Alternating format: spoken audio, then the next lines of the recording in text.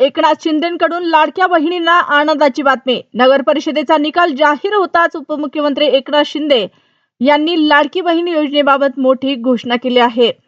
राज्यात ज्या कुटुंबाचं वार्षिक उत्पन्न 2.5 लाखापेक्षा कमी आहे अशा कुटुंबातील महिलांसाठी सरकारने लाडकी बहीण योजना सुरू केली आहे। या योजनेअंतर्गत लाभार्थी महिलांच्या बँक खात्यात दर महिन्याला थेट 1500 रुपये जमा केले जात आहेत। विधानसभा निवडणुकीच्या काही महिन्याआधी ही योजना सुरू करण्यात आली होती। या योजनेचा महायुतीला निवडणुकीत मोठा फायदा झाल्याचं बोललं जात आहे। दरम्यान सरकार पुन्हा सत्तेत आल्यानंतर लाडकी बहीण योजनेचा सन्मान निधी 1500 रुपयांवरून 2100 रुपये करण्याचं आश्वासन महायुतीच्या नेत्यांकडून देण्यात आलं होतं। मात्र अद्याप 2100 रुपयांबाबत कोणताही अंतिम निर्णय जाहीर करण्यात आलेला नाही।